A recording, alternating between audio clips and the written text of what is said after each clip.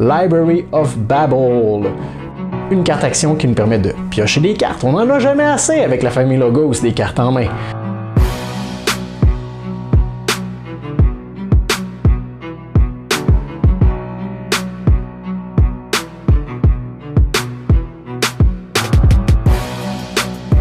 Salut la gang, c'est JP pour l'école du jeu. Il n'y a pas si longtemps, je vous ai fait 2 déballages d'un deck surprise pour ce qui est du jeu Keyforge. Et vous connaissez l'expression jamais 2 sans 3. Eh bien non.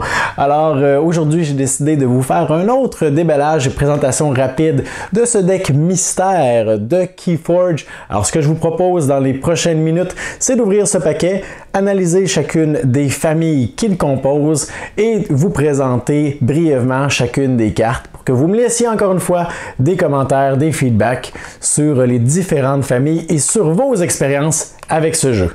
Alors sans plus attendre, allons voir ce qui se trouve à l'intérieur.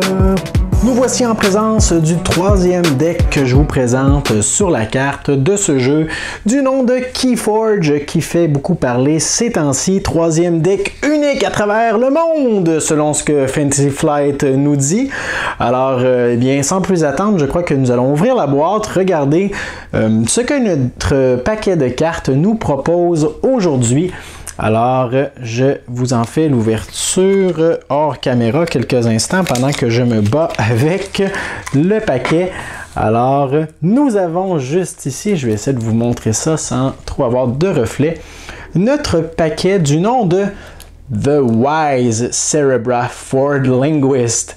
Alors, avec notre visuel unique et les 3 familles de ce paquet, la famille Mars, Logos et Shadows. Alors, c'est le 3e paquet que je vous ouvre et à chaque fois, nous avons la famille Shadows qui est une famille que j'apprécie particulièrement. Alors, moi, je suis très heureux de ça. Alors, petite présentation rapide de chacune de ces familles, mais d'abord, nous allons ouvrir le paquet parce que je crois que l'espèce de reflet désagréable du plastique risque de ruiner un peu la chose. Alors, encore une fois, comme d'habitude, j'ai une difficulté éternelle à ouvrir mes paquets.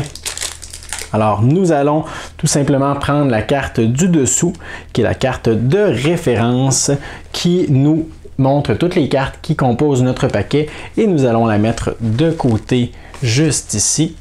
Alors, pour ce qui est des différentes familles, eh bien, nous avons la famille Mars en fait, qui est tout simplement une race extraterrestre. Alors, de ce que j'ai vu pour l'instant, la famille Mars offre souvent un avantage selon le nombre de cartes de cette famille que nous avons en main ou en jeu.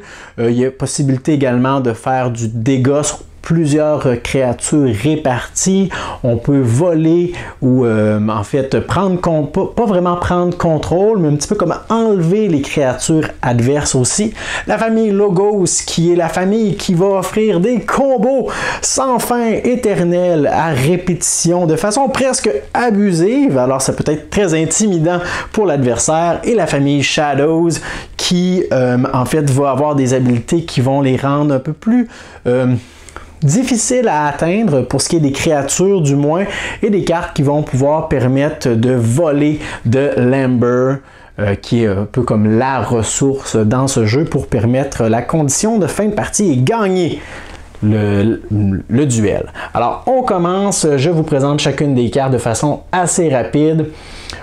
On commence avec la famille Logos. Nous avons ici la carte du nom de Effervescent Principle, une carte action lorsqu'elle arrive en jeu. Tous les joueurs vont perdre la moitié de leur Amber et on doit gagner une chain. Alors les chains, ce sont tout simplement, j'ai pas la carte sous la main, mais c'est une carte qui va, en fait, lorsqu'on gagne une chain, c'est souvent parce que le pouvoir qui est activé est très puissant. Et les chaînes sont un peu comme un malus. Selon le nombre de chaînes qu'on va avoir cumulé, il y a un certain nombre de tours où on va piocher une carte de moins, ou 2 cartes de moins, ou 3 cartes de moins à la fin de notre tour. Mais tout ça, ça dépend du nombre de chaînes qu'on aura cumulées. Donc, on continue avec Help from Future Self, une carte dont j'ai beaucoup entendu parler. Lorsqu'on la joue, c'est une carte action. On va prendre notre deck et on va fouiller pour récupérer la carte du nom de Time Traveler. Alors cette carte-là vient toujours avec la carte Time Traveler. On va la dévoiler et on va la mettre dans notre main. On la verra probablement dans quelques instants. Alors, Library Access, qui est une carte qui, jusqu'à la fin du tour, lorsqu'on la joue, à chaque fois qu'on joue une carte, on peut en piocher une. Donc, c'est une des cartes qui va faire en sorte qu'on va pouvoir avoir une main très grande, ou plus de variété, tout simplement. Une carte action, alors, lorsqu'on la met en jeu, on peut également jouer une carte qui n'est pas de la famille Logos. Alors, on change les règles un peu avec cette carte-ci. Nous avons Remote Access. On peut utiliser la carte artefact d'un adversaire, comme si c'était la nôtre. Library of Babel, une carte action qui nous permet de piocher des cartes. On n'en a jamais assez avec la famille Logos des cartes en main. Un scientifique qui nous permet de capturer un Ember, donc les Embers capturés s'en viennent sur la carte créature ici, et lorsqu'elle est détruite, le Ember retourne à son propriétaire. Docteur Escotera, un cyborg. Lorsqu'on la met en jeu, on gagne un Ember pour chaque clé qui ont été forgées par notre adversaire. Avec un maximum de 3. En fait, lorsqu'on forge 3 clés, eh bien, on gagne la partie. On en a une deuxième. Dessania, une carte, lorsqu'on la met en jeu, notre adversaire doit défausser chacune ou toutes les cartes qu'il a archivées. Et on va gagner un Ember pour chaque carte qu'il a défaussée de cette façon. Un excellent moyen de contrer un autre joueur qui a la famille Logos.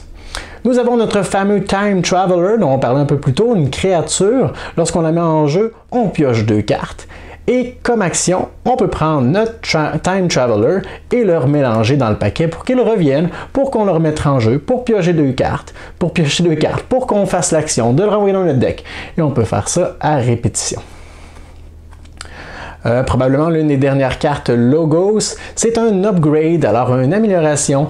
Lorsqu'on la joue, on doit l'assigner à une créature et on lui... en fait, on dit ici que c'est comme si la créature qu'on va augmenter va appartenir à toutes les familles et il aura maintenant une nouvelle habilité que lorsqu'on la met en jeu, on doit stun, donc immobiliser, et exhaust, donc la mettre de côté, la créature en question. Alors, ça, ben, je suppose que dans certaines circonstances, ça peut être assez utile. On commence avec la famille Mars maintenant, on continue plutôt. Abduction, alors on doit retourner toutes les créatures Mars qui sont en jeu dans la main de leur propriétaire. On peut ensuite forger une clé alors que c'est pas le moment selon certaines circonstances. Mothership, une carte action qui va nous permettre de faire du dégât selon le nombre de cartes Mars qu'on a en jeu et qui sont prêtes. On a Phosphorus Stars, une carte action pour chaque carte non Mars. En fait, lorsqu'on la joue, on va immobiliser chaque carte, chaque créature qui ne sont pas de la famille Mars. Et on va gagner 2 chaînes. Les chaînes, ben, en fait, c'est comme on le disait un peu plus tôt, je crois, oui. Effectivement, c'est un effet qui peut être très puissant. Donc, ça va nous donner un petit malus temporaire. Nous avons Squawker, une carte action qui va nous permettre de ready, donc de préparer une carte Mars ou d'immobiliser une créature non Mars. Mother Gun, un artefact, une arme. Alors, on dévoile n'importe quel nombre de cartes Mars de notre main et on va effectuer du dégât à une créature équivalent à ce nombre. Sniffer, un artefact, notre petit Sniffer juste ici tout mignon. Qui a une habilité d'action jusqu'à la fin du tour. Toutes les créatures vont perdre l'habilité élusive. Blip Pip, c'est ça, un Blip Pip, oui, une créature avec Reap. Alors, nos créatures, eh bien, elles peuvent effectuer différentes actions. L'une d'entre elles, c'est Reap. Donc, elles n'attaquent pas, elles vont tout simplement récolter de l'Ember. Alors, si cette créature fait l'action Reap, en plus de récolter un Ember, on a l'habilité qui est écrite juste ici. Grabber Jammer. À partir de maintenant, notre adversaire doit forger des clé avec un coût régulier de 7 maintenant au lieu de 6 et on peut capturer de l'Ember. Également, on a Mind Wrapper, une créature avec l'habilité élusive avec une action également qui va nous permettre de capturer de l'Ember. Ouh là là, un nom compliqué. Oxlix de Zookeeper, une créature scientifique, un martien élusive avec une habilité Reap également, donc qui va nous donner un pouvoir spécial lorsqu'on va récupérer de l'Ember. Oh, les extraterrestres, pourquoi avez-vous tous des noms aussi compliqués?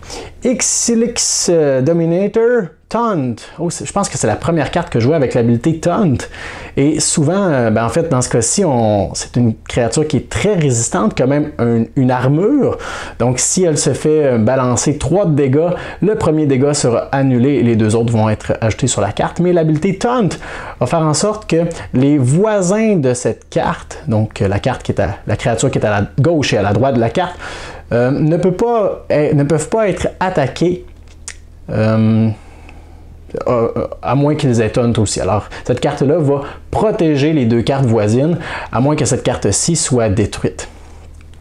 Mais elle entre en jeu et elle est immobilisée par contre. On en a 2 cartes comme ça, pourquoi pas?